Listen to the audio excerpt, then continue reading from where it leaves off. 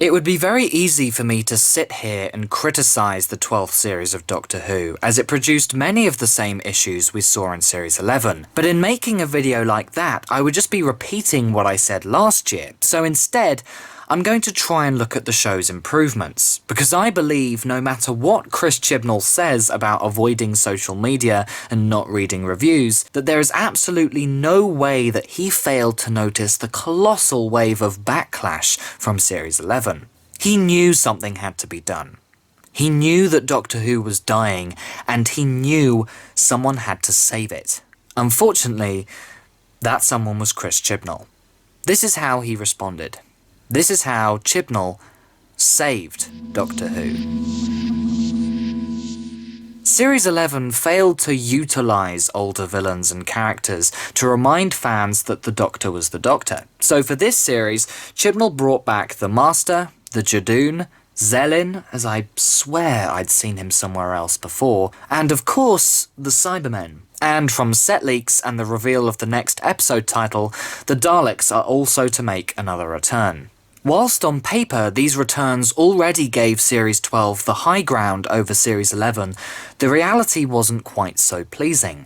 I thought Sacha Dhawan did a good enough job acting as the Master, but his reveal was just so parodical, and I was disappointed that Chibnall didn't at least try and reference or explore the Series 10 arc of Missy gradually becoming good. I also enjoyed seeing the Cybermen, and I liked their reintroduction in episode 9. But then the finale happened, and yeah, we'll get onto that later. Also, Captain Jack made a comeback for a truly meaningless appearance. I mean, really, what happened there? Did they literally just catch John Barrowman off the street one day and ask him to film a bit of dialogue? Anyone could have said those lines, but the fact that it was Jack made everyone excited about what it could mean for future episodes, which is a terribly cruel thing to do on Chibnall's part, and I think it's something that characterises many moments in this series, that being those of false hope.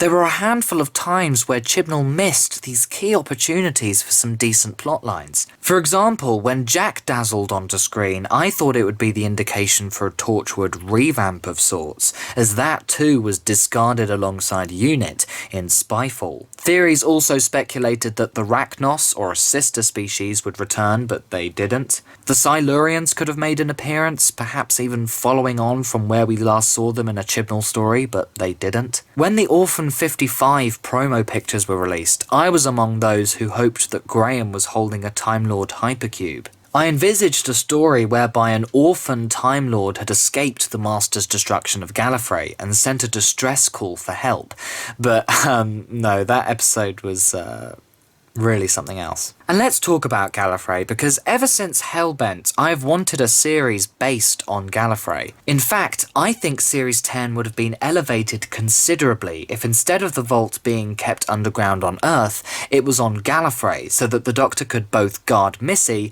and sort out what could have been political hysteria after he banished Rassilon. And I think that's essentially one of the things Series 12 needed, for Gallifrey to be the place of return at the end of each episode, because it just didn't feel right that the Doctor should discover the planet's destruction and then just not do anything about it for the majority of the series.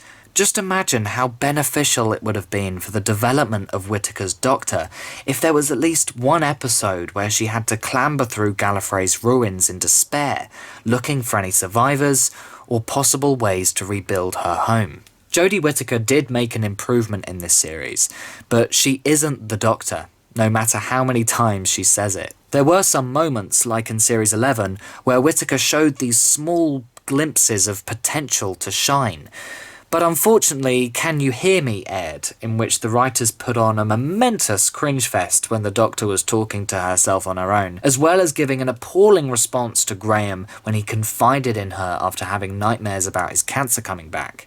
Do you remember when fans used to say how Capaldi could say more in a look than he could in dialogue? That really needs to be implemented more often with Whittaker. If the Doctor really couldn't find the words to reply to Graham, then why not just give him a hug? It could have still been an awkward hug to satisfy Chibnall's efforts to show how socially awkward 13 is, but at least it wouldn't have enforced her sociopathic tendencies. When it was unveiled in Fugitive of the Judoon that Ruth was the Doctor, I came away feeling strange. It was something almost hopeful in me that a female Doctor could work under Chibnall's writing. Jo Martin gave an average performance, but her character felt more Doctor-like than the entirety of Jodie's performance so far. If anything, Martin's Doctor made Whittaker's look worse, as it showed that this incredibly irritating and dislikable character Chibnall has created in 13 is actually intentional, and that a real Doctor, who stands out on their own without mimicking previous incarnations' characteristics, is in fact a possibility. Unfortunately, the companions made very little improvement as believable people in this series. The problem is that they don't have an evident relationship. Yes, Graham is Ryan's step-granddad, and Yaz and Ryan vaguely knew each other from primary school before meeting the Doctor, but there really isn't a genuine connection between these characters. Look at the scene between Graham and Yaz in The Timeless Children. It proceeded like any other companion exchange we've seen in Series 11 and 12, until Chibnall included the line where Graham says, "You're doing the whole human race proud," before pausing and adding, "Sorry, I haven't offended you, have I?" Why?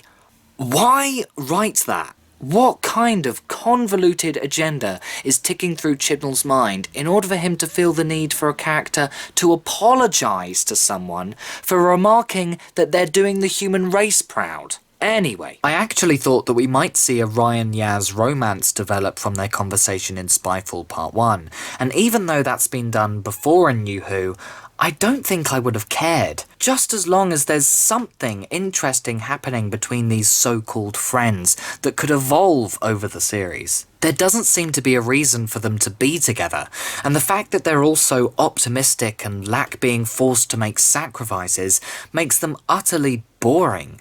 Although Graham is easily the most interesting companion and should really just be on his own with the Doctor, hopefully Bradley Walsh and Tosin Cole's rumoured departure from the show will push Yaz into the spotlight and force Chibnall to write something for her to do other than just being a motivational coach. Despite its drawbacks, I'm sure many will remember Series 12 as a success for the BBC and for Chibnall. After all, it did give fans some of the most shocking reveals we've seen in years. And whilst I'll admit that I was shocked when O was revealed as the Master, or when the Timeless Child was revealed as the Doctor, a twist that's unexpected doesn't necessarily make for a good twist. And Chibnall's kind of a genius for this, because all the surprised reactions from fans actually helped to mask the weaknesses of the stories. Take the Master's reveal, for example. Would Spyfall Part 1 have been received as well as it was without the cliffhanger? Just look at people's initial thoughts on the episode. Many were already rejoicing that Chibnall had saved Doctor Who,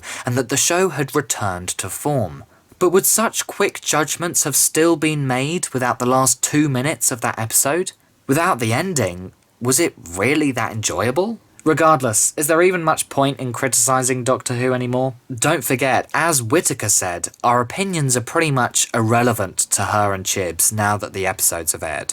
And, oh, I was certain that I'd left a review for resolution on Rotten Tomatoes. Of course, there will be much debate over the considerable portion of retconning in The Timeless Children, but I don't have much to say on the matter. The whole story either felt like a repetition of ideas we've seen before, or just one big pantomime. Aside from that, this show isn't Doctor Who, so anything Chibnall does to change Who history doesn't really matter. The finale's rushed conclusion left many unanswered questions, such as how long had humans been crossing the boundary into Gallifrey before it was destroyed? And what did the Doctor actually do in the Division, other than grow up in Ireland, fall off a cliff, and then get a memory wiped? Something tells me that Chibnall doesn't quite know the answers either, but I'm sure he won't forget about them.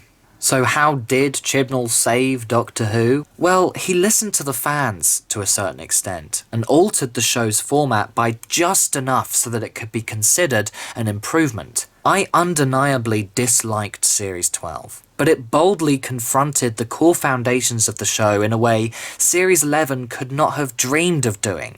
And I think that that has impressed some of the audiences who were initially against Chibnall's reign. We wanted recognition of the show's past, and that's what we got. Whether you loved it or hated it, it's what we asked for. Speaking of the audience, I continue to expect ratings to decline throughout Series 13, but that doesn't necessarily mean the show's nearing a cancellation. A recent interview with BBC's head drama commissioner, along with HBO Max deals securing another 2 series after 2020, strongly implies that the BBC will hold on to Doctor Who forever. A few years ago, the idea of the property being sold to another company like Netflix or Amazon was a concerning concept, but now, would that be a solution? In the meantime, one can only keep praying that a genuinely talented writing team will come in next year. But is that an impossible outcome considering the BBC's seemingly harsh selective process? Joe Hill's rejection made it clear that Doctor Who has never had an American writer, and if they did, they wouldn't start with him. I still can't get over how just hilariously ridiculous that is. And as for Whittaker, she said it best herself. I'm really hard to get rid of, Mr. Barton.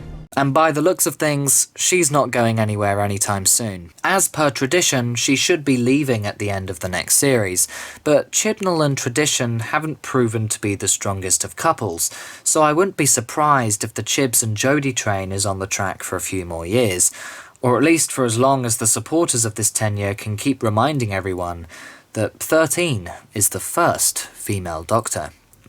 Thank you very much for watching this video. Don't forget to like and subscribe and leave your thoughts on Series 12 in the comments below. Thanks again. Goodbye.